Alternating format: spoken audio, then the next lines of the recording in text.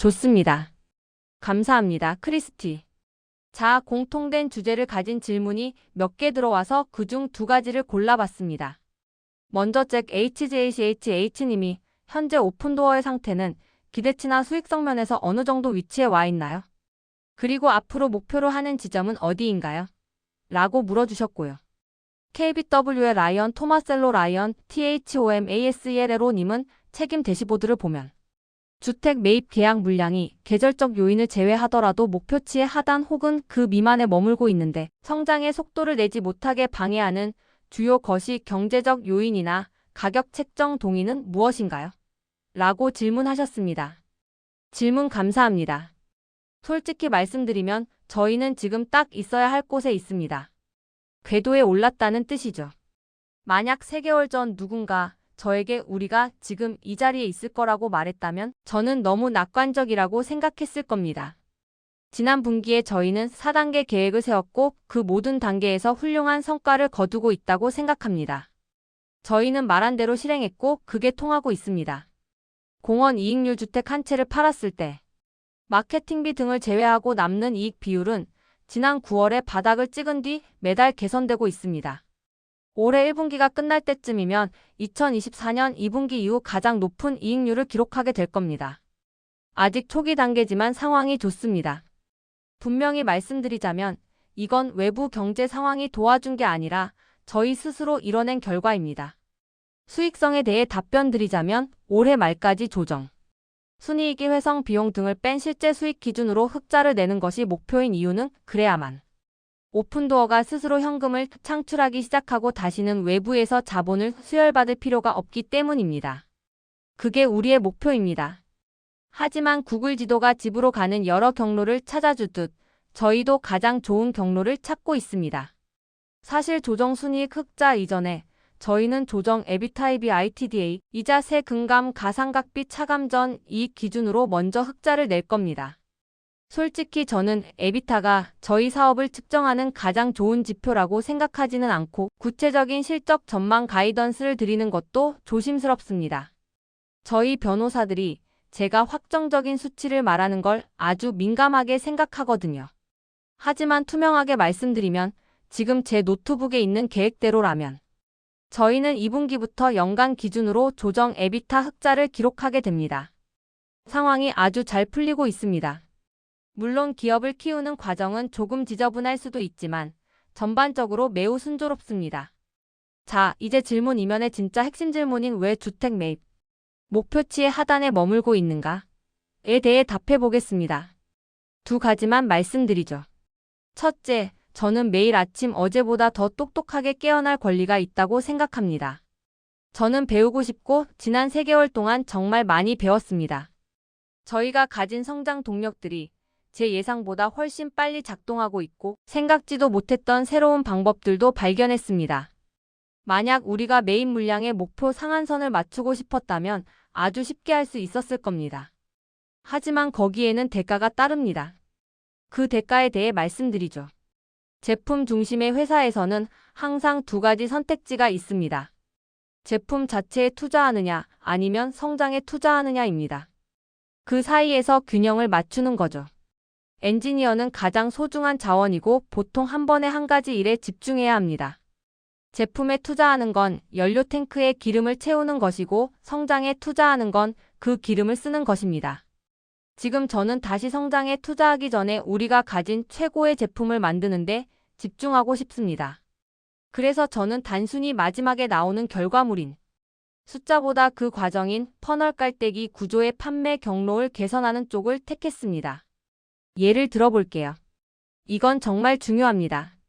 지난 1월 초에 저희는 엔지니어 4명을 따로 불러서 모기지 주택 담보 대출 제품을 만들라고 했습니다. 이 엔지니어들은 오픈도어 앱을 개선하는 일을 할 수도 있었겠죠. 솔직히 지금 오픈도어 앱은 좀 별로고 그걸 고치는 게 성장에 도움이 됐을 겁니다. 하지만 저희는 지난주에만 500채의 집을 샀고 성장은 이미 잘 이뤄지고 있습니다. 그래서 저희는 앱 개선 대신 모기지 제품과 기초 인프라를 만드는 걸 선택했습니다. 그 덕분에 이번 주에 모기지 제품 베타 서비스를 출시합니다. 더 솔직히 말할게요. 남들은 최소 1년은 걸릴 거라고 했던 모기지 제품을 저희는 10주 만에 만들었습니다. 이건 예전 대시보드의 목표치를 맞추는 것보다 회사의 장기적인 성장에 훨씬 더 도움이 되는 일입니다. 우리에게 중요한 건 수익성입니다. 그리고 거기 도달하기 위해 중요한 건 올해를 마무리하는 시점의 속도입니다. 방금 크리스티가 말했듯 지난 분기에는 6,000건이었습니다. 저희는 우리가 만든 성장 도구들에 대해 3개월 전보다 훨씬 더 큰 확신을 가지고 있고 충분히 그 속도를 낼 수 있습니다. 그렇기 때문에 저는 나중에 태우기 위해 지금 연료 탱크에 기름을 채우는, 즉 제품에 투자하는 시간을 갖는 것이 매우 편안합니다. 저는 절대로 우리 회사의 미래 성장을 헐값에 팔지 않겠습니다. 우리는 옳은 일을 하고 중요한 것에 집중할 것입니다. 지난 10월의 결과가 증명했습니다. 우리가 하는 일이 효과가 있다는 것을요. 우리가 내린 결정과 행동들이 우리가 수익성에 도달할 수 있다는 증거입니다. 그래서 저희는 먼저 제품에 투자하고 그 다음에 성장에 집중할 것입니다. 좋습니다. 다음 질문은 앤서니 폼플리아노 앤서니 POMPIANO님이 비디오로 보내주셨습니다. 안녕 카스, 오픈도어 팀 모두 잘 지내길 바라. 인공지능 AI에 대한 질문인데 시장에서 AI가 정말 화두잖아. 너희는 내부적으로 AI를 어떻게 쓰고 있고 앞으로 오픈도어 제품을 쓰는 고객 경험이 어떻게 바뀔까? 질문 고맙습니다. AI 활용의 가장 좋은 사례는 오픈도어의 언더라이팅 주택 가치 평가 및 인수 심사 과정에서 일어나고 있는 일입니다. 비유를 좀 들어볼게요.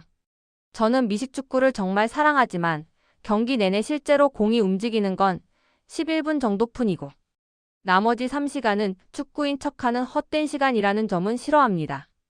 제가 여기 처음 왔을 때 오픈도어의 업무 방식도 비슷했습니다. 사람이 하지 않아도 될 지루한 반복 작업들이 너무 많았죠. 요즘 모든 회사가 AI를 말합니다. 유행어 같고 사실 어떤 건 헛소리처럼 들리기도 합니다. 부동산은 기술이 거의 닿지 않은 마지막 산업 중 하나입니다. 수십 년의 데이터를 학습한 모델보다 사람이 자산 가치를 더 잘 안다고 착각하곤 하죠. 오픈도어에서도 한동안은 그게 사실인 것처럼 행동했습니다. 하지만 기계가 사람보다 더 잘하는 영역이 분명히 있습니다. 사람은 취향을 판단하고 기계는 데이터를 처리하고 서류를 만들고 수학적인 계산을 합니다. 저의 원칙은 이겁니다. 사람은 사람이 할 일을 하고 기계는 기계가 할 일을 한다. 기계가 아직 제대로 못하는 일, 예를 들어 고속도로 바로 옆에 붙어있는 집의 가치를 판단하는 것 같은 마지막 1마일의 판단에는 사람의 직관이 필요합니다. 오픈도어의 문제는 과정에 사람이 있었다는 게 아니라 사람이 그 과정에서 엉뚱한 일을 하고 있었다는 점이었습니다. 그래서 무엇을 바꿨을까요? 오늘날 저희 분석가들은 더 이상 기초적인 가치 평가를 직접 하지 않습니다. 대신 AI가 준비한 결과를 검토하고 감수합니다. 서류 작업을 하는 게 아니라 결과를 평가하는 일을 하죠. 미식축구로 치면 AI 덕분에 노허들, 오퍼스 작전 회의 없이 빠르게 공격하는 방식을 더 빠르고 효율적으로 진행할 수 있게 된 셈입니다. 하지만 여전히 쿼터백 사람이 작전을 지시하죠. 투자자분들이 기대할 수 있는 점을 말씀드리기 전에 더 중요한 고객들이 얻을 혜택부터 말씀드릴게요. 고객들은 오류가 더 적고 공정하며 아주 빠른 제안을 받게 될 겁니다. 투자자분들은 매출 대비 운영 비용이 줄어드는 것과 샌프란시스코, 지하철처럼 느릿느릿한 회사가 아닌 빠른 회사를 기대하셔도 좋습니다. 그리고 사람들이 AI에 대해 잘 모르는 핵심이 하나 있습니다. AI는 어떤 사업은 완전히 파괴하지만 어떤 사업은 획기적으로 개선합니다. 만약 단순히 소프트웨어만 파는 회사라면 좀 안타깝지만 저희처럼 가격 책정과 운영상의 복잡함 그리고 수많은 변수가 존재하는 현실 세계의 문제를 다루는 회사에 AI는 하늘에서 내린 만나와 같습니다. 사업을 제대로 작동하게 만드는데 꼭 필요한 존재죠. 좋습니다. 다음은 오리건주 포틀랜드의 캐서린 MKATHERIN이 M님이 보내주신 질문입니다. 안녕하세요. 저는 2021년부터 주주가 된 캐서린입니다.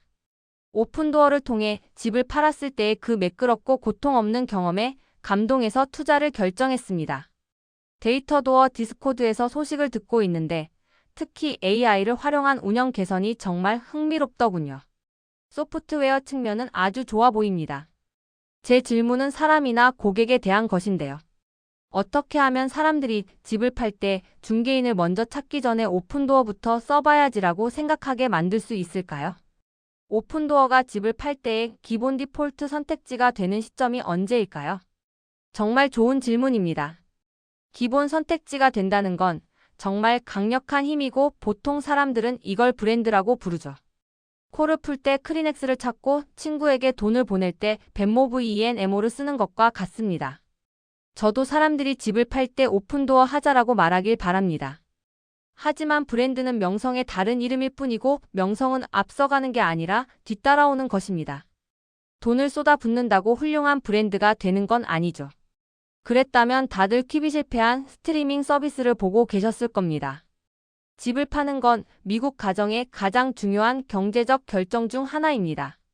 이건 신뢰의 문제죠. 역사적으로 사람들은 소프트웨어가 아닌 사람을 신뢰해 왔습니다. 오픈도어는 그 신뢰를 받을 만한 소프트웨어를 만들기 위해 존재합니다. 신뢰를 얻으려면 많은 사람이 제품을 사용하고 감동해야 합니다. 제가 좋아하는 제프 베이조스나 샘 월튼의 사례처럼 최고의 마케팅은 고객을 즐겁게 만드는 제품 그 자체입니다. 베이조스는 광고에 돈을 쓰는 대신 제품을 공정하고 빠르게 만드는 데 투자했습니다. 우리가 기본 선택지가 되려면 먼저 그 수준의 신뢰를 얻어야 하고 그 시작은 우리가 제시하는 매입 가격 제한입니다. 이 제한 자체가 하나의 제품입니다. 정확하고 공정하고 믿을 수 있어야 합니다. 솔직히 아직 저희가 전 국민의 기본 선택지는 아닙니다. 하지만 궤도에는 올랐습니다. 오랫동안 운영해온 성숙한 시장에서는 집을 내놓으려는 사람 중 20%가 중개인에게 전화하기 전에 오픈도어 사이트에 접속합니다. 이게 바로 기본이 되어가는 시작점입니다. 어떻게 기본이 될 수 있느냐고요? 첫째, 어디서나 이용 가능해야 합니다. 지난 분기까진 아니었지만 이제 저희는 미국 대부분 지역에서 이용할 수 있습니다. 둘째, 모든 번거로움을 없애야 합니다. 빠르고 좋은 가격 제한을 통해 집을 파는 경험 자체가 즐거워야 하죠. 마지막으로 지속적인 가치를 줘야 합니다. 빠른 거래, 좋은 가격, 그리고 훌륭한 모기지 제품 같은 서비스 말이죠. 저희의 개선된 수익 구조 유닛 이코노믹스가 이걸 가능하게 합니다. 수익 구조가 좋아지면 더 좋은 가격을 제시할 수 있고 좋은 가격은 신뢰를 쌓습니다. 신뢰가 쌓이면 기본이 됩니다.